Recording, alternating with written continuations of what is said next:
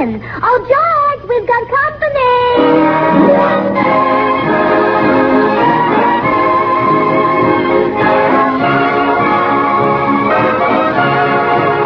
And now meet the people who live in the Burns house, George and Gracie.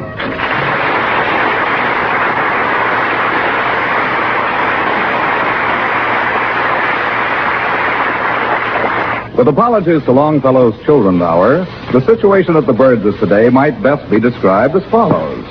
Between the 1st and the 15th, when the bills are beginning to tower, comes a pause in the month's occupation that is known as the Please Remit Hour. And I hear from the Byrns' cottage the scream of an agonized gent as George perceives with horror the money that Gracie has spent. You bought another new nightgown? Yes, dear. But you don't need it. I told you to think twice before you bought anything. That's how I got the nightgown. Huh? Oh, first I thought I wouldn't buy it, and second I thought I would, so I did.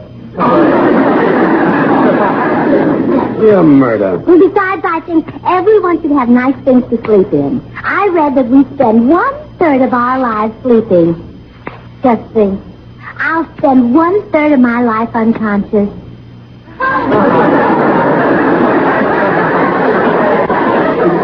You've already used up your quota. I'll come to and I'll try to explain economy to you. You see, Gracie, when you spend money on a nightgown that you don't need, you encourage inflation. I do? Yes, you do. You should take what you put into a nightgown and put it into a bank. Silly boy. Well, let's get back to the bills. Now, you can economize if you worry about... Come in. Howdy, little lady. Hello, Mr. Judson. Howdy, little man. Hiya, Jay. Say, does your wife spend a lot of money on things like nightgowns? No, she don't, little man. You see, down home, folks just practically don't sleep none at all. Why not? Well, once you've seen Texas, you never want to close your eyes. Well, Gracie spends money like water. I wish I had $33 million like you got. Well, now, that's $34 million. Something happened? Yeah. We had a little hard luck down home. Trouble again. Yep.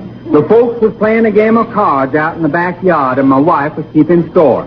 She dropped the pencil, the point stuck in the ground, and up come another darn Orwell. You call that hard luck? Got grease all over the 6 of clubs. Oh, that is tough. I wish I had just one of your oil wells. Well, now, little man, I'll just make you a proposition. My sister Judy is arriving from Texas today, and she's looking for a man. You mean a husband? Yes, ma'am. And if you was to find the husband she's looking for, I'd just up and give you all well. You mean it? A Texas oil well? Yep. Well, that's nice of you, Mr. Judson, but I don't know what we'd do with it. We have so little closet space.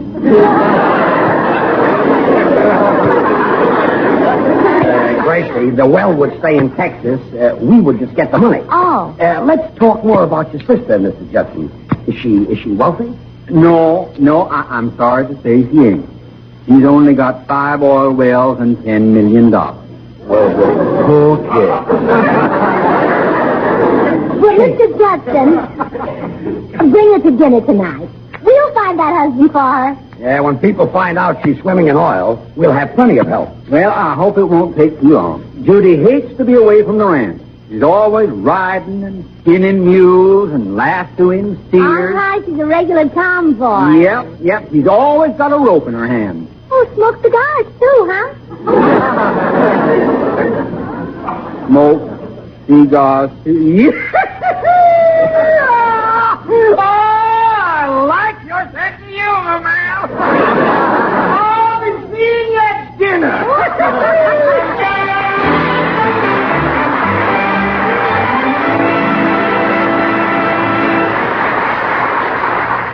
So, that's why I rushed right over to see you, Meredith.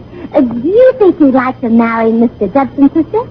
Well, I don't know, Gracie. I'd always planned to marry someone from my hometown of Mason City, Iowa. Oh, but Meredith, you like this girl much better.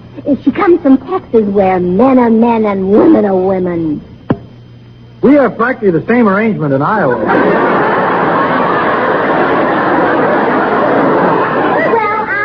I mean, she's the athletic, outdoor ranch type girl. I can just see her featured in those smart cosmetic ads before your wedding. She's lovely. She's engaged. She spins mules. You do make her sound attractive. Oh, she is. And she's swimming in oil. Really? Mm-hmm. I better have her dry cleaned before the ceremony. Yeah. If you don't, she'll be too slippery to carry over the threshold. Exactly. Well, now, Gracie, when can I meet Miss... Judy Judson. Be at our house for dinner at 6 o'clock. And Meredith, try to make a good impression on her. Very well. Instead of my regular dinner clothes, I'll wear white tie and cowboy boots. Oh, look, now, those Texans are very conservative, Meredith. You'd better wear more than that.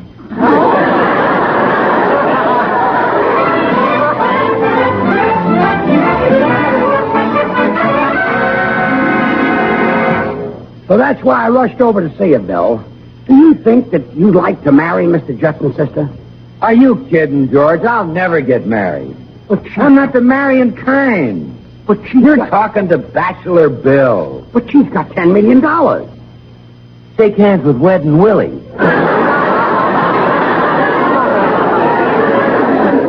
Change your mind, huh, Willie? Well, this is different, George. This is love. Love? Do you hate money?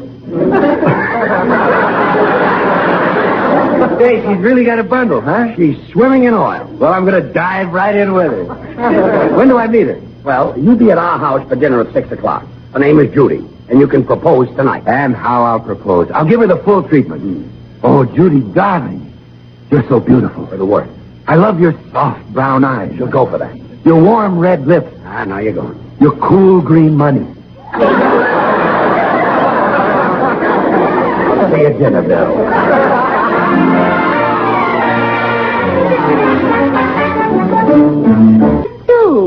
I'll bet if we stand them up together and let Judy choose, she'll pick Meredith.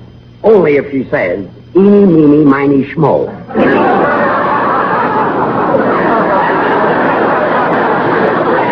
I just thought of something. No matter which one Judy likes, we get the oil well. We can't lose. Oh, but that's right. They're both our candidates. Sure. You start getting dinner ready. I'll run down to the cigar store and get some smoke. Oh, George, not those awful 2 for a nickel Perfecto Royale. Please. It's a fine little cigar. Besides, I'll need some for dinner. Guests will be dropping over. They will if they smoke those. I'll see you later.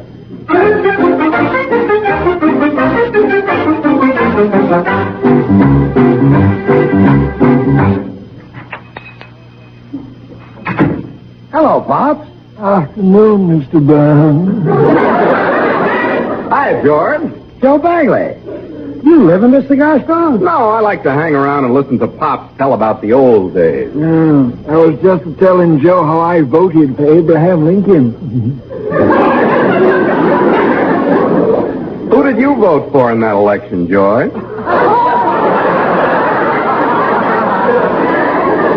Stop with the clowning. Let me have some cigars, Pops. Oh, surely. Want them 2 for nickel Perfecto Royales as usual? No. Not buying any more of those cheap cigars, Pops. From now on, I'll have plenty of cabbage. Oh, I'm going to make your own cigar. I mean, I'll have plenty of money. Oh. Oh, yeah, that's what the cabbage meant. Well, if you're through buying these Perfecto Royales, I'll take them back to the storeroom. Don't want them smelling up the showcase. Excuse me. What's all this about you having plenty of money, George? Well, Joe, I've arranged a wedding. And when that wedding is over, I'm going to retire and never do another lick of work. That's what you did after your last wedding. It's not my wedding. You see, Mr. Judson's kid sister is coming up here to find a husband. If Gracie and I find the man she wants, Judson will give us an oil one. Wow. Yes, sir, and we can't miss. We got Meredith Wilson and Goodwin lined up for the kid. Yeah, say, Joe, would you like to come to dinner tonight to see which one she chooses? Well, let me call and see if I can make it. Excuse me, I'll step into the phone booth. Okay. Sure.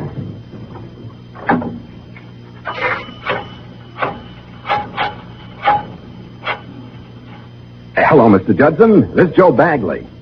Yeah. Say, Mr. Judson, if I found the husband your sister is looking for, would I get the oil well instead of George? I would? Well, tell me something about your kid sister. She's older than you? She's 65?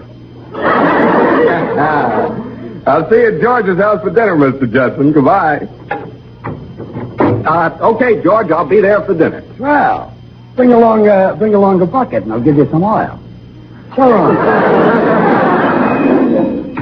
Now, let's see. Who can I find old enough for a 65-year-old woman? George is already married.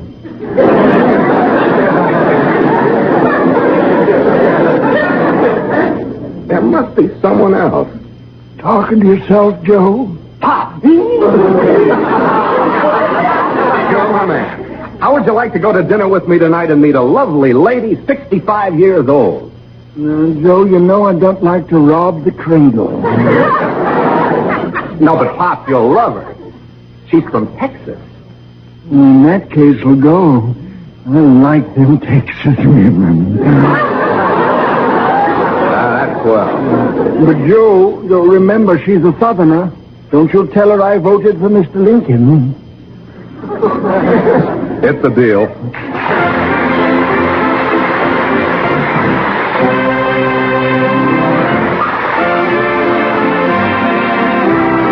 Appropriate, Meredith. You know, across the country, in the big league stadiums, in the local sandlots, the ball clubs are settling down to serious business. Yes, and everybody eagerly scans the daily scores.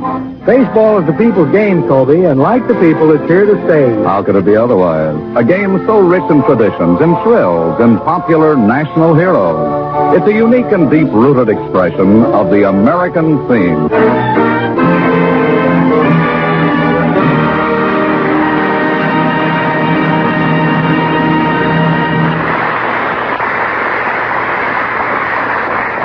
Isn't it wonderful, George? After tonight, you have an oil well. Your Judson's sister is bound to marry one of my candidates, either Meredith or Bill. Just think, we're rich. Now I can afford that lovely hat I saw yesterday. You saw a lovely hat and didn't get it? Well, sure, I got it, but now I can afford it. Oh, buy anything you want, honey. We're loaded now.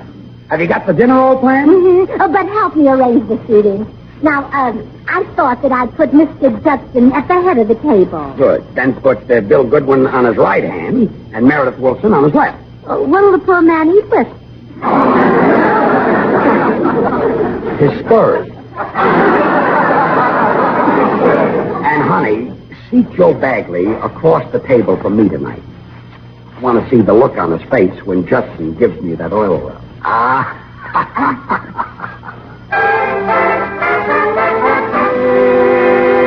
And, honey, I hope George Burns sits across the table from me tonight. I want to see the look on his face when Judson gives me that oil well. I'm not going with you, Joe. Huh? I don't think it's fair for us to take that oil well away from the Burnses. Well, don't be silly. This is open competition. Besides, with all that money, we can buy a lot of new clothes and take a trip to Bermuda. But, Joe, maybe we'll hate ourselves. All right, so let's hate ourselves in Bermuda. Well, if you insist, we'll take the money. But I feel like a rat. I feel like a skunk. But, honey, it's $1 million. I feel like a mink. Bring me one.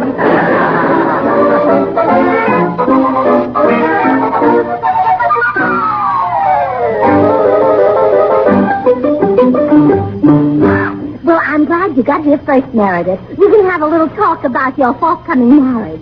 Now, are you all ready to go through with it? Yes, Gracie. As you can see, I brought along my flute to play the wedding march. Can you play the flute and get married at the same time? Oh, yes. I've been practicing. Listen. I do. See? I pledged my troth without missing a beat. Oh, Meredith, Patrilla will be proud of you.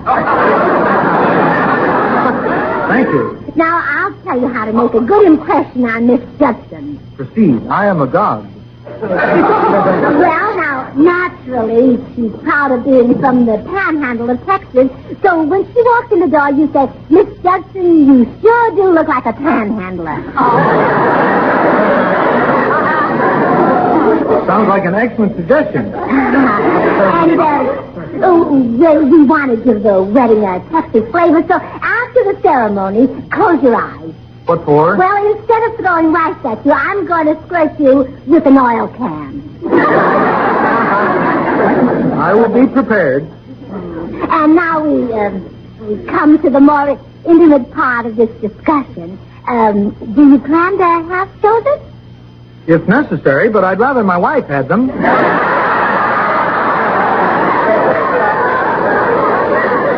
Sit down, Meredith. This is going to take longer than I thought.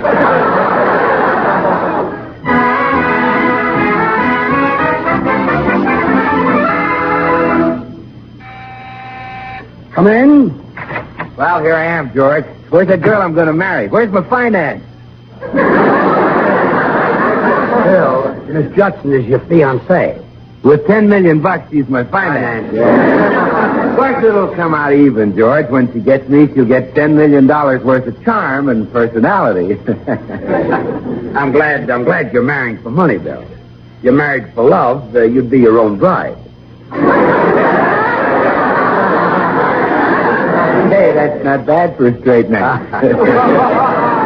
That's a prize on the comic. Yeah. Well, maybe that's Judy now. Come in. Hello, George. Oh, hello, Joe.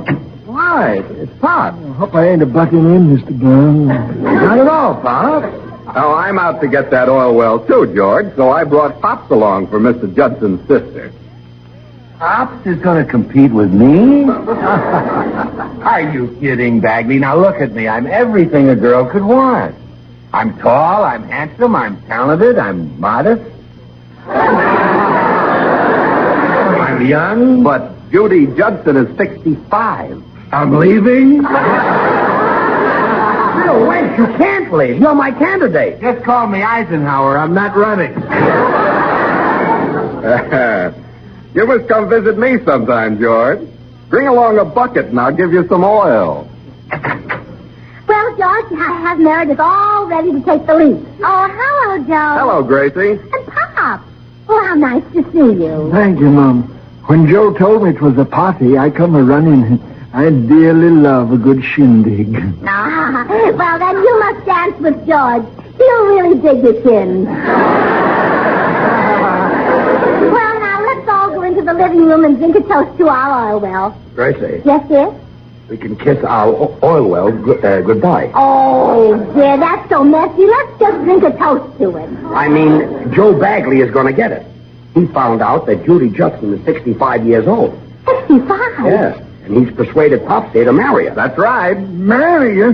Joe, you didn't say nothing about marriage. Where's my hat? Hanging from that string on your lapel. I'm a-leaving. I'm too young to get married. I ain't sowed the wild oats yet. Attaboy, Pops. You think I want to get married and raise a big bunch of kids? Not me. I'm out strictly for laughs. Why, that old playboy. Hey, Pops, come back here. Pop! So, George, we're ripped again. The only one left is Meredith, and he's our candidate. Yeah, I get... Wait a minute.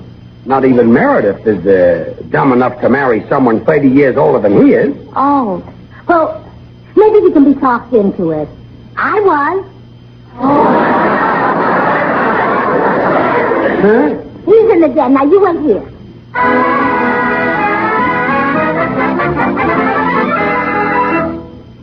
20?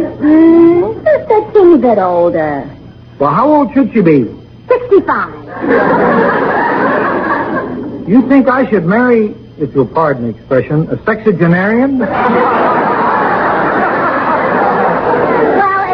Meredith, it doesn't matter how she votes as long as she's 65. Well, I meant that 65 seems a bit elderly for my blushing bride. I'm afraid we won't have the same interest. By the time I'm 70, she'll be 100.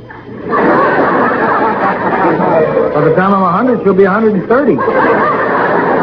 Well, and then you'll have the same interest. That's true.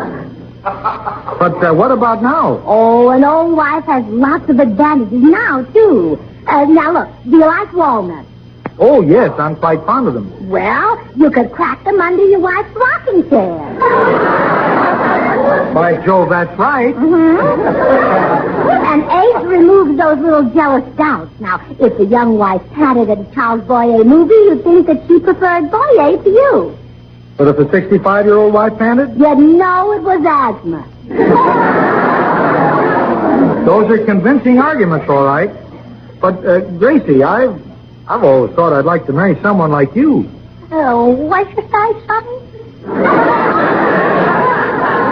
Gracie, you mean... I'll be 73 come June. Really? Yeah, but don't tell George you think I'm 16. Well, I had no idea age could be so attractive.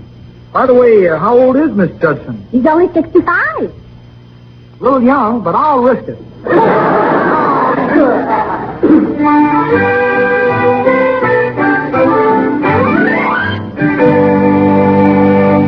Well, here's Mr. Judson and the sister. Now, don't be nervous, Meredith. Come in. Howdy, folks. Hello, Mr. Hey, Judson. I want you all to meet my sister, Judy. Howdy, folks. Hello, Judy. Oh, come in and sit down, Judy. You must be awfully tired after that long trip from Texas.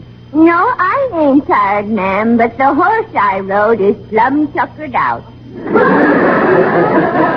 rode all the way up here on a horse? Yep, Mama didn't want me to. I took the horse she rides when she punches cattle. Your mother punches cattle? Why, sure. Oh, I hope she wears boxing gloves. You hope she wears... Oh, that's your sense of humor, man. Oh, thank you. All right, Meredith, propose to Judy. Very well. Miss Judy, I have a proposal to make to you. Get up off your knees, partner. I don't shoot craps with strangers. Oh, now, don't be so unfriendly, Judy.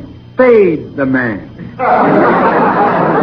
Meredith is on his knees to propose marriage to Judy. Married? She can't get married. She's already got a husband. What?